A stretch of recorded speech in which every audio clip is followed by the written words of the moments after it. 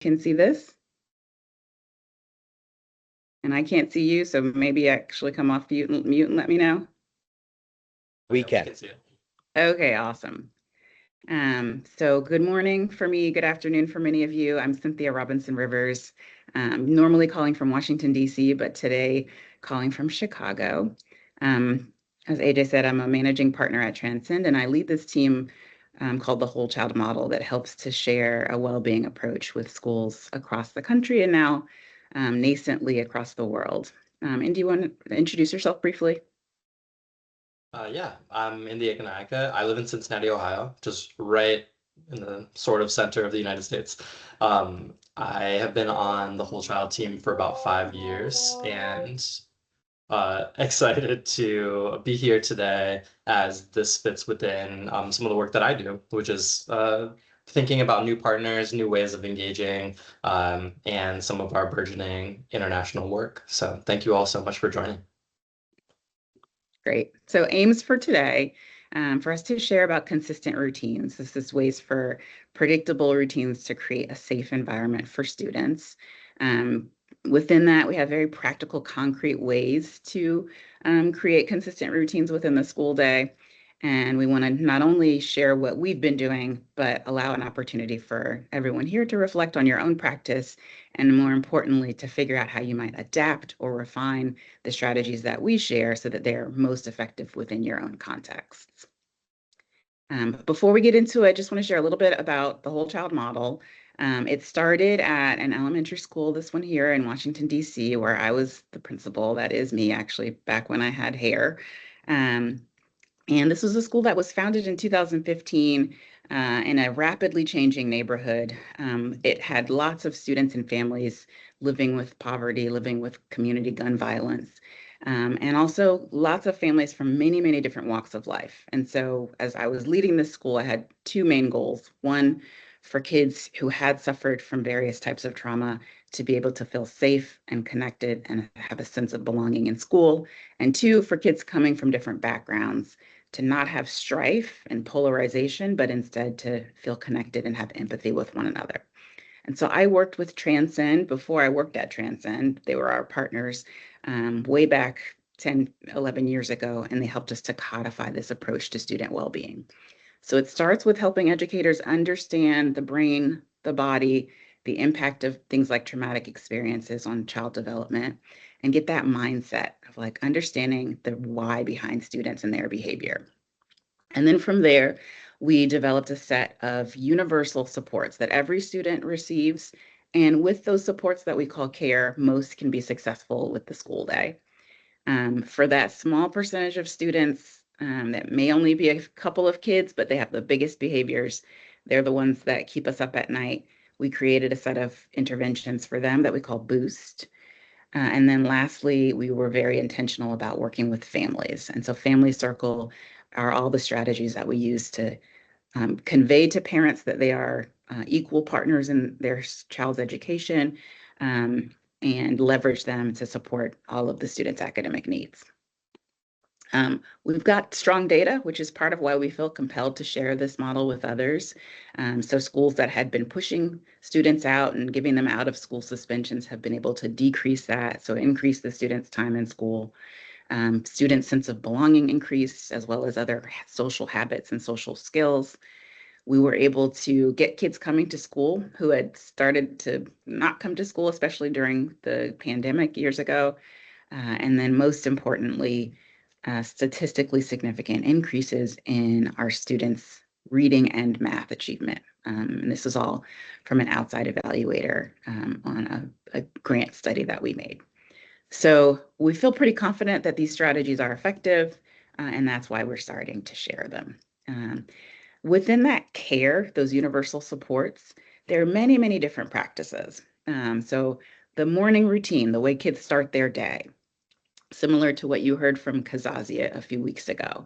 The classroom physical environment, the language that the teacher uses, and even the tone of voice he or she uses.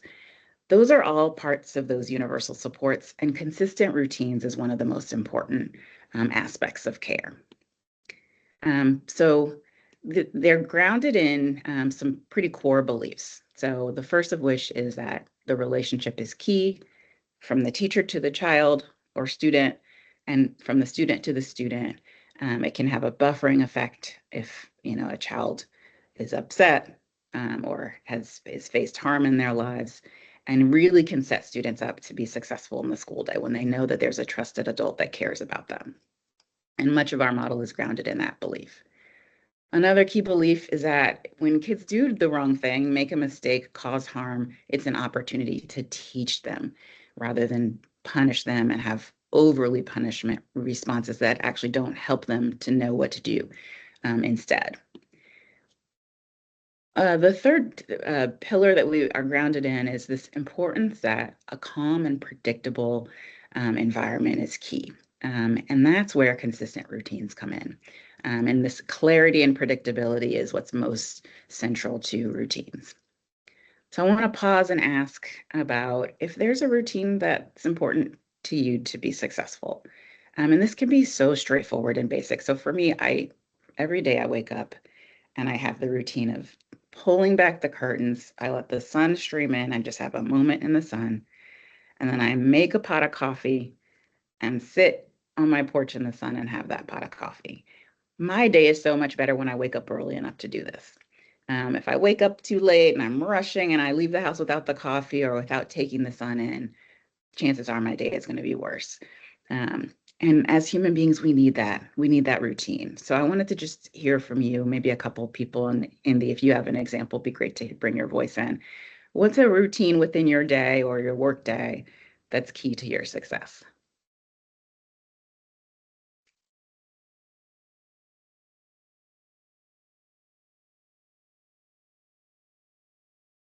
I think it's preparing for the day for me. I need to know what all I'll achieve by the end of the day. Mm-hmm. And the days I do that, I go back feeling much better. The days I don't, it's a haphazard day, it's a chaotic time. I don't feel successful.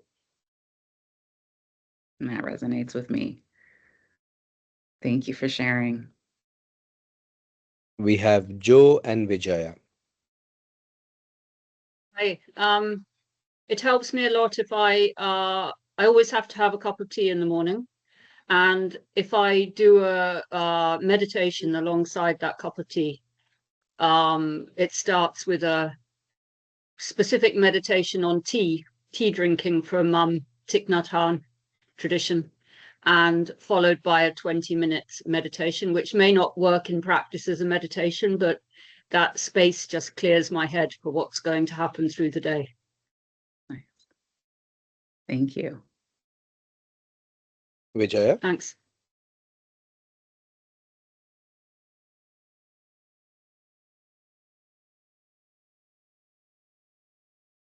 Was there one See, more? Hello, is Yeah. my voice audible? Yes, it's audible. Yeah, thank you. I love routines in my daily life. I think I could relate to most of your routines.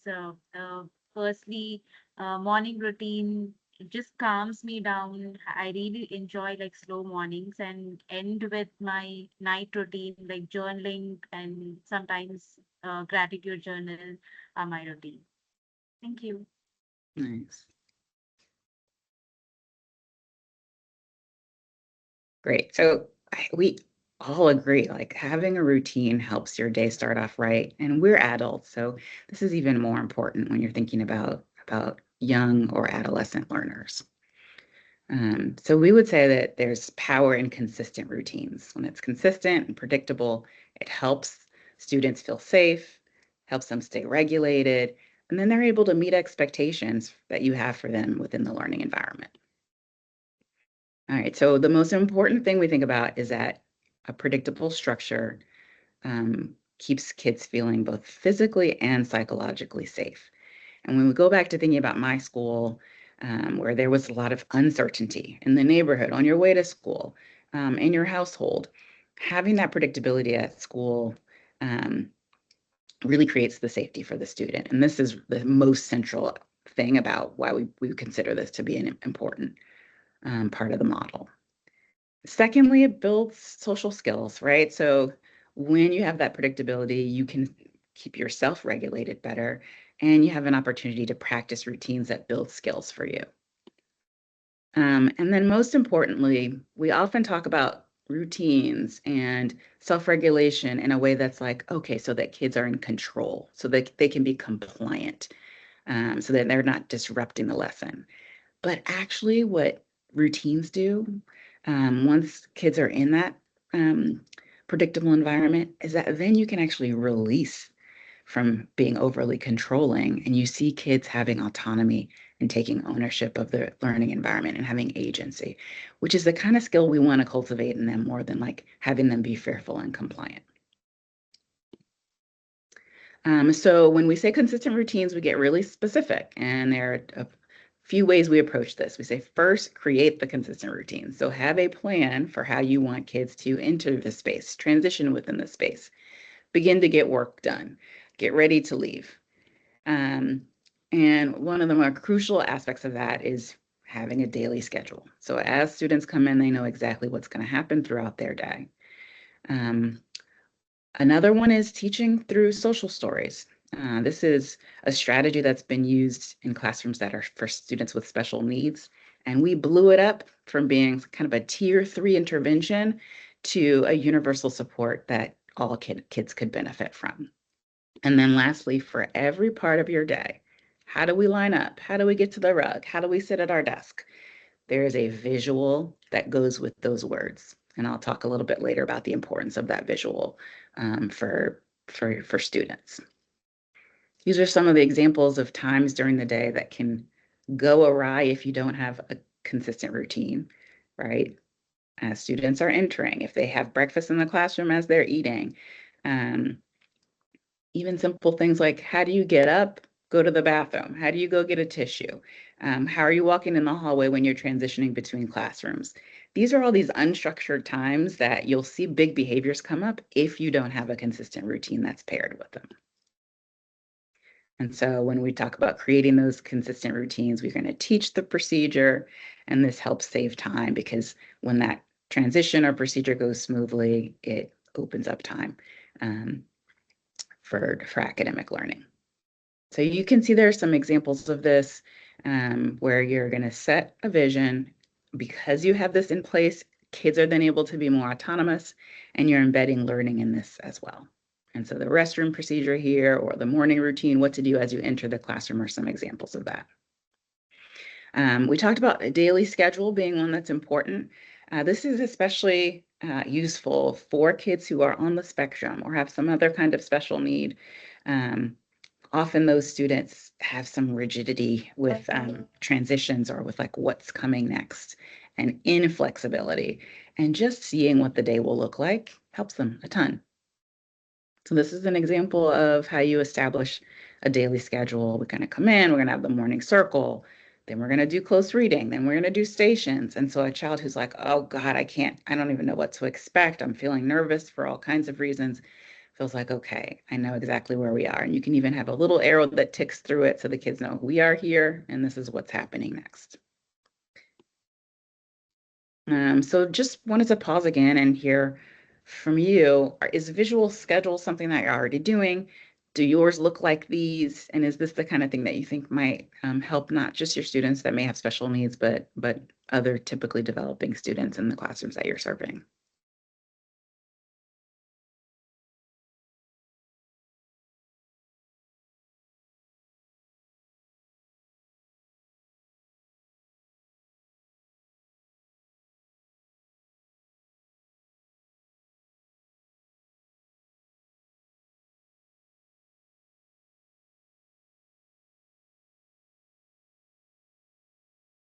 No, it's a simple structure, but that often doesn't get utilized as much as it could, especially considering how pretty easy it is to just post the words and pictures that explain to a child what to expect from their day.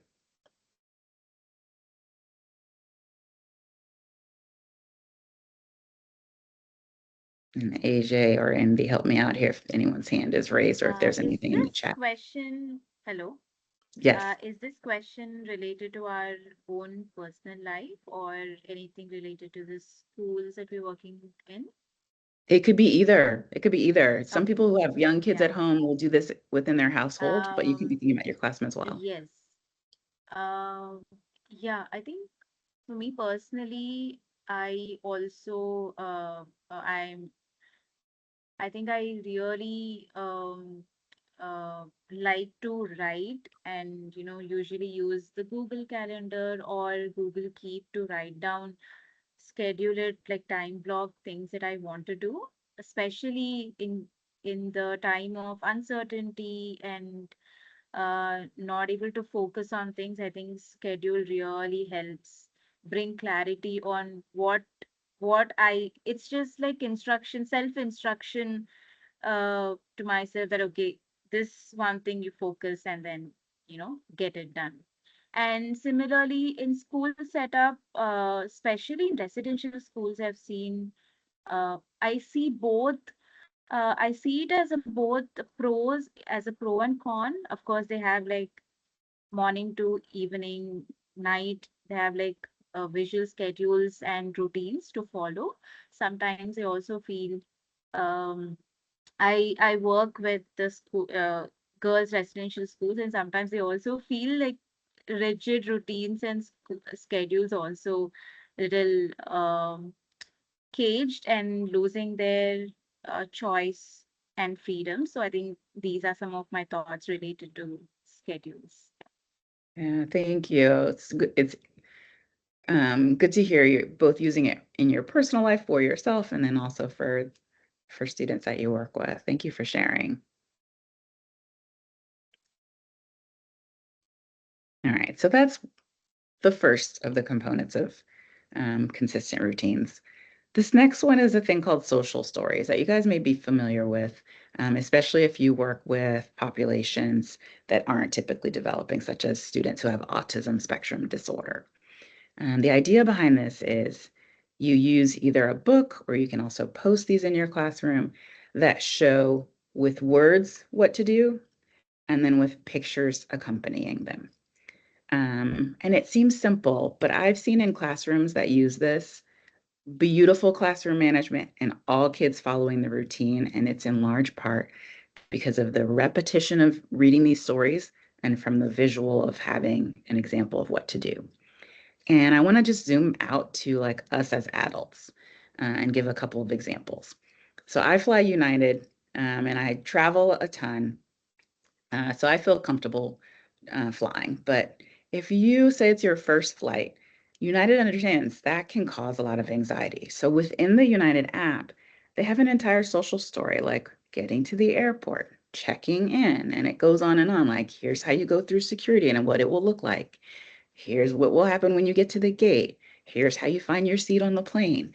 And so even for us as adults, when we can see a picture and then get a description of something that we're unsure about that's happening in the future, it just alleviates our anxiety. Just as I was coming to Chicago and I needed to get a ride share, I was looking for my Uber or my Lyft, and within the app for that, it said, okay, it's hard to find where to pick up your car. So you're going to head to the ticketing level, exit through the door, go to zone 2A with a picture of what zone 2A looks like. And so even for us fully formed adults, we really benefit from seeing what's coming next and what to expect. And so we use this in all parts of the day and all parts of the school building within our whole child model schools. So here's some student examples. How to play at recess, right? We want it to be clear and concrete. We want to have familiar elements. We want it to be descriptive and not dictatorial, right? And so students can know what they can do, where they can go, and this is with pictures that bring it to life. Here's another example of the breakfast routine. What do you do when it's time to clean up? Each step of the way. Or when you're upset, you want to go to the centering space, this area of the classroom where you can go calm down. We'll create a book that explains how to go to that space, how to use the materials in it. And this has truly been a game changer for many of our classrooms that had like a lot of difficult behaviors. Walking in the hallway was one example. So like A teacher that did this really well first introduced this idea, had the students practice it every day, reinforced it by reading that story, and then making it accessible for all students. And so like one pre-K for 3-year-old classroom could get through the school building in a more orderly fashion than some of the 4th graders. And it was, I truly believe, because the teacher every day before they went into the hallway read this social story to them so they knew what to expect. So some things you could do is use this with families, like send it home for families to read before the first day of school. You know, that's when students are really nervous. What can I expect? What will my classroom look like? Who's going to be my teacher?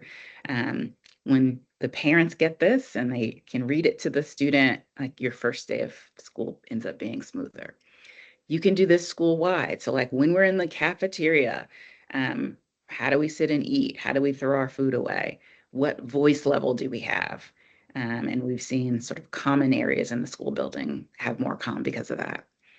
You can have individual social stories. So we have some students who really have a hard time like cleaning up something that's a preferred activity and getting ready to do something that's not a preferred activity, like say math. And so, you know, the bell rings, okay, time to clean up, time to do math. The student that has a really difficult time with that, you could even put a social story, a little mini one, on a lanyard and go over to them before the bell rings and say, let's read the social story. There's a picture of you. You're playing at the center. Here you are cleaning up. Here you are walking to the rug. Here you are sitting facing the teacher, looking at her, ready to learn. And the student gets that in their mind with the picture, and then the bell rings, and instead of having a temper tantrum, they follow that routine. And you can modify this if your kids aren't young kids in similar ways to the United app and the ride share directions for me as an adult. You can do this for kids that are older as well. So let me pause once more and hear if there was anything exciting about the simplicity of those social stories and how powerful they can be, or any questions that you have about how to implement social stories.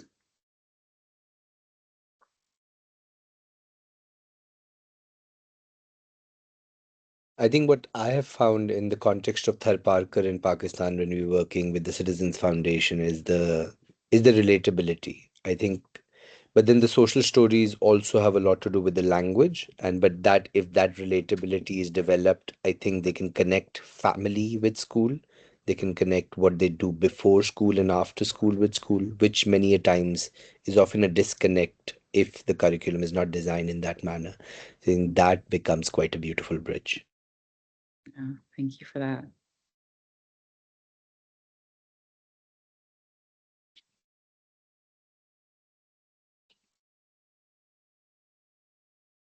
Any other reactions or resonance on social stories, or even someone who's already using some version of this that you would like to share?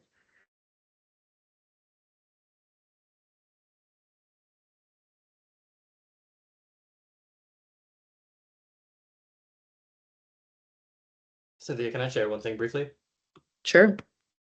I know that you referenced this perhaps 2 slides ago through that framework of introduce, practice, reinforce, and make accessible. Yeah, I just want to especially emphasize this reinforce idea. I think social stories is even my understanding of them when I first was coming into this work was really, this is a great way to introduce something new.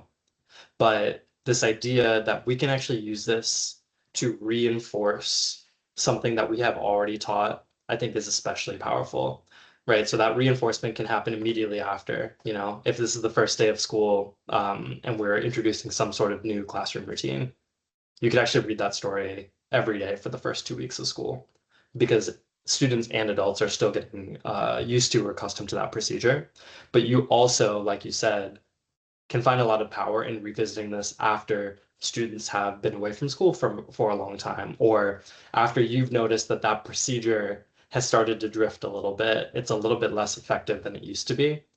We can take this intentional pause and say, let's actually go back to what the expectations actually are so that we can build that shared understanding together. So I really just appreciate these as ongoing tools for supporting the routine more so than this is something we do at the end of, or the beginning of the year, and then we put it on a shelf and we come back to it next year.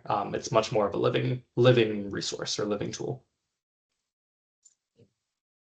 Thank you for that, Indy. Yeah, we have some things on the chat as well on by Winnie on lived experience and Vicent, maybe do you want to elaborate on how do you have it as core activities? Like what's the reflection on that?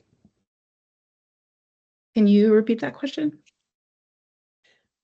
Yeah, so Vicent has written we have it as one of the core activities in our program design.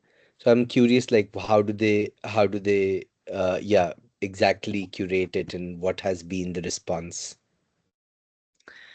Yeah, so we Thank you. have So a bank of social stories that teachers can just take from our website, and at some point we're going to put it in the chat so you can see them, print them out, and use them for any part of the day that could otherwise have some challenging behaviors. So literally, how to enter the classroom, how to transition to the rug, how to walk in the hallway, how to play at recess.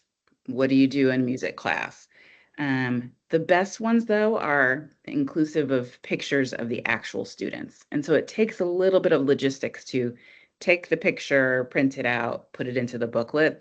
We have them with drawings like this, but it's even more powerful when the students can see themselves. So often, like at the beginning of the school year, we'll set aside time for teachers to make these and then introduce them to their classrooms. And you just figure out what times have been tricky. And as soon as that's a tricky time, you create a social story that you start reading to the students to sort of make that a more structured and predictable protocol. very interesting. I think Cynthia, I was just asking Vicent as well. I think Vicent wanted to share also on what they've dropped in on the chat on the same thing. Yeah. Please. Vicent?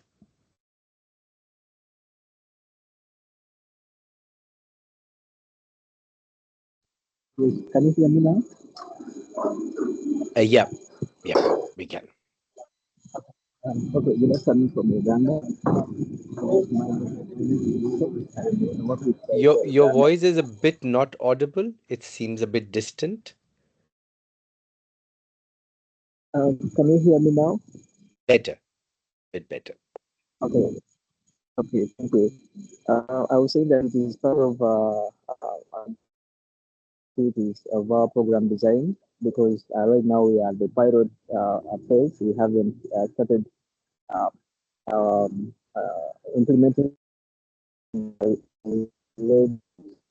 this the stories. It's part of the activity we have planned to use in our because just like one colleague say that you know, it's relatable. Every person can bring next to whatever they expect through the communities and also through the schools. They can easily relate to that. So it's one activity that we have really put into consideration. Thank you. I had a bit of a hard time hearing if that was also in the chat. Could you do a little bit of narrating, AJ, of what that Yeah, I idea? think I was also struggling to listen fully, but maybe Vicent, if you want to put it a bit on chat and then we'll take that up. But yeah, thank you, Cynthia. Okay. Yeah, so one of the last ideas I'll stamp on social stories is it's a great example of taking something that originated for a very small percentage of students. This started with just the self-contained autism classrooms. And it's a concept that we often talk about at Transcend called designing for the extremes. And when you design for like the extreme use case, it often benefits everyone. So one example is like on the sidewalk, there's a curb cut so that someone in a wheelchair can get across the street. But then it helps a woman who has a stroller with her baby.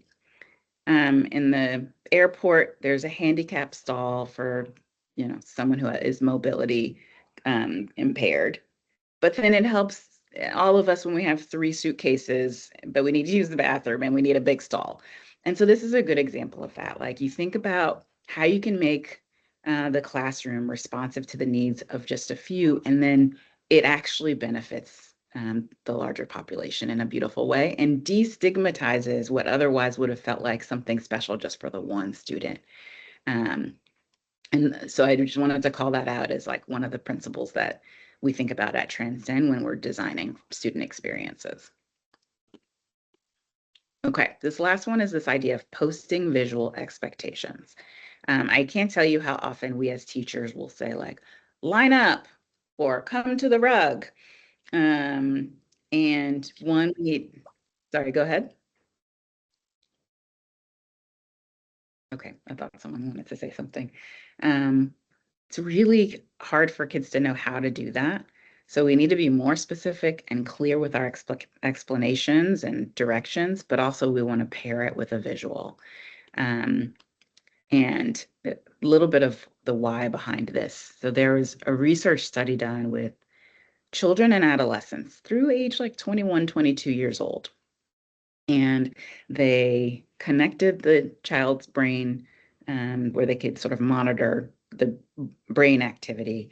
And they made statements that were intentionally very provocative. So they would say things like, set your hair on fire, or swallow a cockroach, or bite a light bulb. Okay. So when you say those words to an adult like myself, right, far beyond 21, 22 years old, the part of your brain that lights up is like disgust, right? An emotional reaction, right? You can imagine it and it's gross or like it's painful. And so like we have this immediate physical almost response to words like that. When you say it to children and young people, their prefrontal cortex lights up. They're actually deliberating. They're not imagining how gross it would be for a cockroach to be in your throat. They're like, what would happen if you swallowed a cockroach? And what that let the researchers know is that little kids often don't create a mental image when they hear words. So when you are the teacher and you're like, line up, facing the front, get ready to go out to recess, you think that they know what that means. I'm standing facing forward, my feet are like this, my eyes are here, my body looks like this, and the person in front of me is right here, the person in back of me. They are not picturing that. And so it's out of that research that we realized how important this visual is. Like when my teacher asks me to do something, what exactly does it look like? And so visual expectations answer that, right? So like you're going to have the words, but then you're also going to have a picture so that the student knows exactly what you mean with your words. So similar to with the social stories, you're going to practice these. You can even get feedback from students on whether or not they're helpful. And this really supports some of the most struggling students. You can have an individual one on students' desks. You can have a class-wide one. You can often use these to replace a verbal redirection. So you're reading a story to young students, or you're leading a Socratic seminar with older students, and maybe someone's interrupting. You could verbally say, excuse me, raise a hand if you want to speak, or wait your turn. And then you've also interrupted the lesson. But if you have that visual that you can just point to that shows the expectation of how to participate, you can even avoid your redirection, which takes time away from the lesson because you have a visual to do it for you. And so this is one of those things that really helps with management, and especially with kids with difficult behaviors or kids who are less mature in terms of their brain development. They really can't make that visual image to go with the directions you've given them. And so let me pause once more and hear if that resonates. Does hearing that research resonate in terms of if you've ever given young children a direction and they seem to have not understood what you were saying? Or any questions that you have about visual expectations.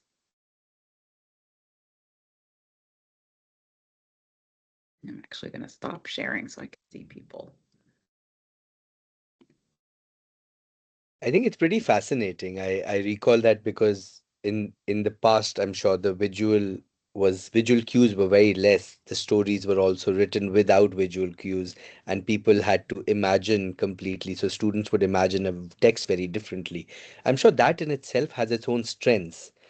So my question is, how much by giving a visual cue are we limiting the strength of the imagination, and when is it useful and when is it when should it not be used? So that kind of a question, so that the imagination can lead the child somewhere, wherever, and that 30 students can lead wherever they wish to, rather than one particular form. Yeah, that's a great push. I would say similar to how we think about the language of safety, which is another practice, versus the language of community and learning. It's a similar difference. So you're going to use this when you just need the child to know how to sit in the chair, but not when you want to inspire creativity. When you may be reading a novel and you really do want to encourage like self-expression or unique interpretation. Um, it's like far more narrow for like the sort of day-to-day transitions and activities that there is just one way I want you to line up. I don't want you to be creative and not with other sort of higher level thinking or creative thinking. But that's a good distinction for you to push me to make. Yeah, but no, very curious to think about how others in the room experiences, because we over here are at least representing 10 different countries, if not more.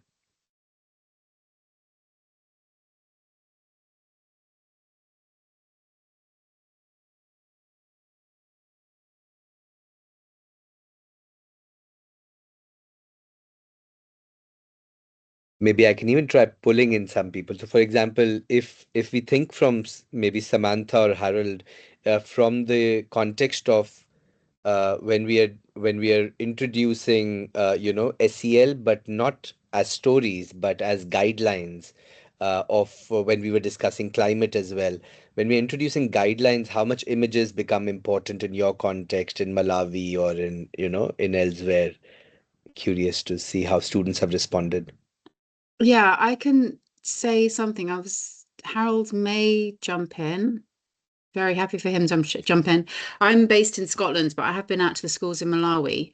And we use social emotional learning. We kind of embed it through teacher training and school leadership training. So therefore, the child-friendly elements that you're talking about is not done within that training. It's more about how you teach in an awareness to build children's confidence. It's not teaching children about their own confidence. I'm not explaining that very well, but it's a slightly different audience that we're targeting. And then we do social emotional learning through gender clubs. And then because of the very low resource settings we're operating within, there are no paper, there's no actual resources. It's all through songs or dance or drama or something.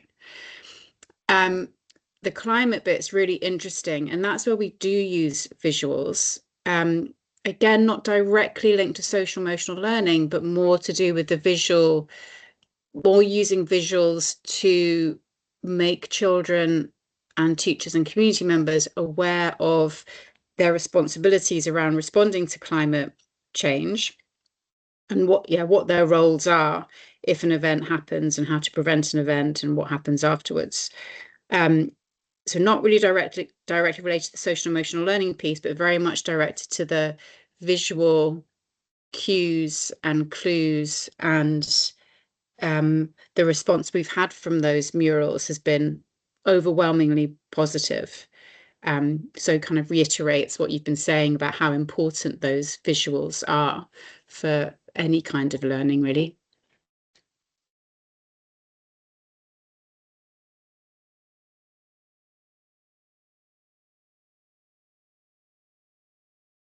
Thank you.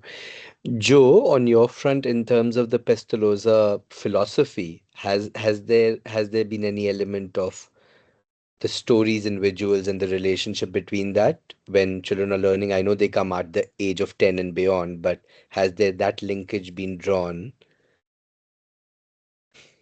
Do you mind if I give it from my perspective of facilitating the some of the adults to deliver things like sea learning or Pestalozzi values education? Because I think in that case, if I provide visuals, it makes all the difference. It turns it from a dry presentation to something lively and something that adults and children alike can engage in. And when I have an image of children engaged in an activity, especially a social ethical learning activity, social emotional learning activity, to share with other children or other facilitators, they immediately become attracted by the idea of doing this. Whereas if I just talk about it, it doesn't get me anywhere. And just going back many, many years ago to my own experience as a secondary level teacher, this is teaching English. I remember one example where I gave sort of characters to each of the what are they called? Exclamation mark, question mark, full stop, you know, all those different characters. And see how long ago it was. And as soon as they were up on the wall with an image and a sort of character associated to them, the children started remembering to use those and when to use them. So definitely visuals all the way, I think, are important. Thank you.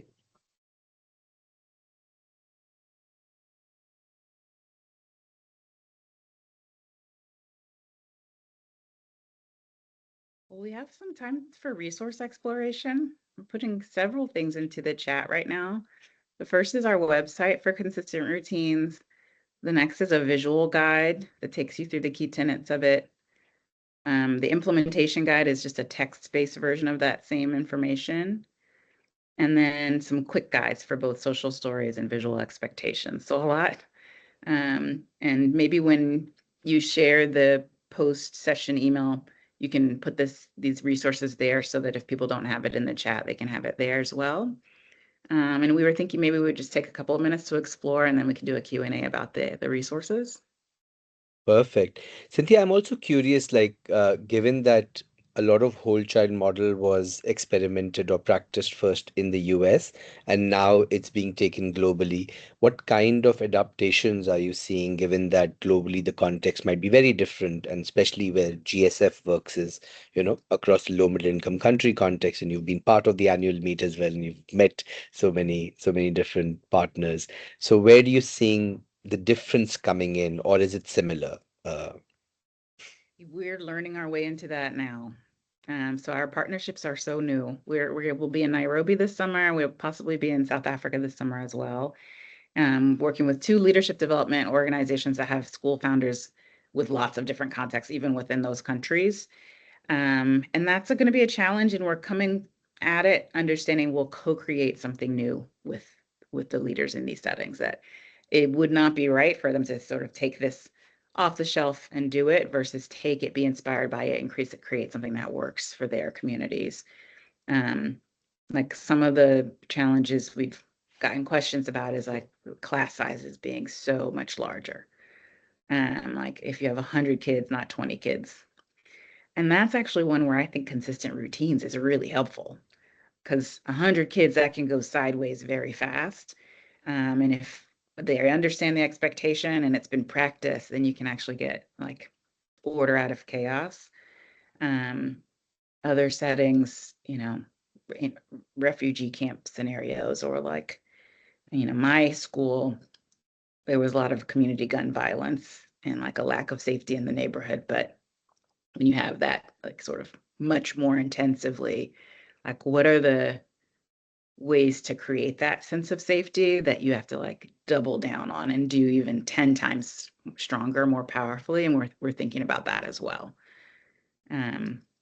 So I'll probably have a better answer for that like in 6 months after we've started working more in these new settings than I have right now. But I appreciate that Makes question. sense. And are you looking for partners as well, like within the organizations, within GSF, if somebody wants to learn more or wants to even understand how do they contextualize and directly practice within their context? Is there an ask for call or something which people we need to know? Absolutely. We'd love to work with new partners. And that's in this primary role, right? Like talking with people about what they might be interested in, how we might support, whether it's just provision of resources, coaching, thought partnership. We can work in all different kinds of ways. And so we can put our information in so that if someone wants to reach out and like schedule a time to just talk through anything you're experiencing, or like a pain point or a gap that some of these strategies that we've developed could address.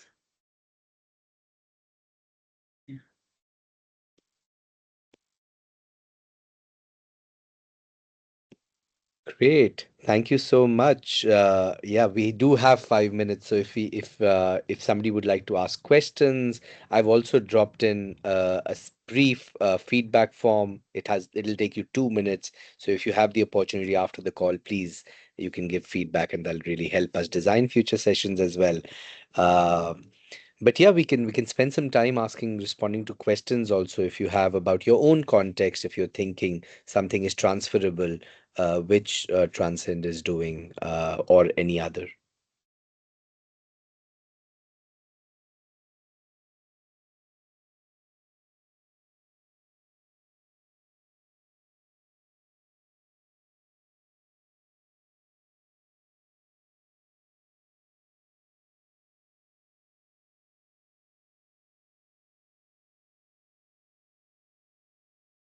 Perfect. Seems like we don't have any immediate questions or ask, but I'm sure once we share the feedback as well, we'll share the takeaways from this session as well, and we'll share the recording as well as the links as well.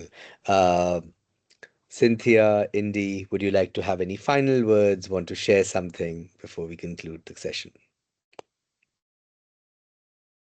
It's been a pleasure, especially the sharing of ideas, and we welcome that as well. We have built this model over time, but every time we work with a school partner, something is added. It's like a two-way learning. And like I would emphasize that if there were any potential new partners on this call, like we have a lot to share, a lot we've studied, and then also we have a lot to learn as we branch out into new contexts and settings. So appreciate the opportunity to share with you and look forward to potential partnerships.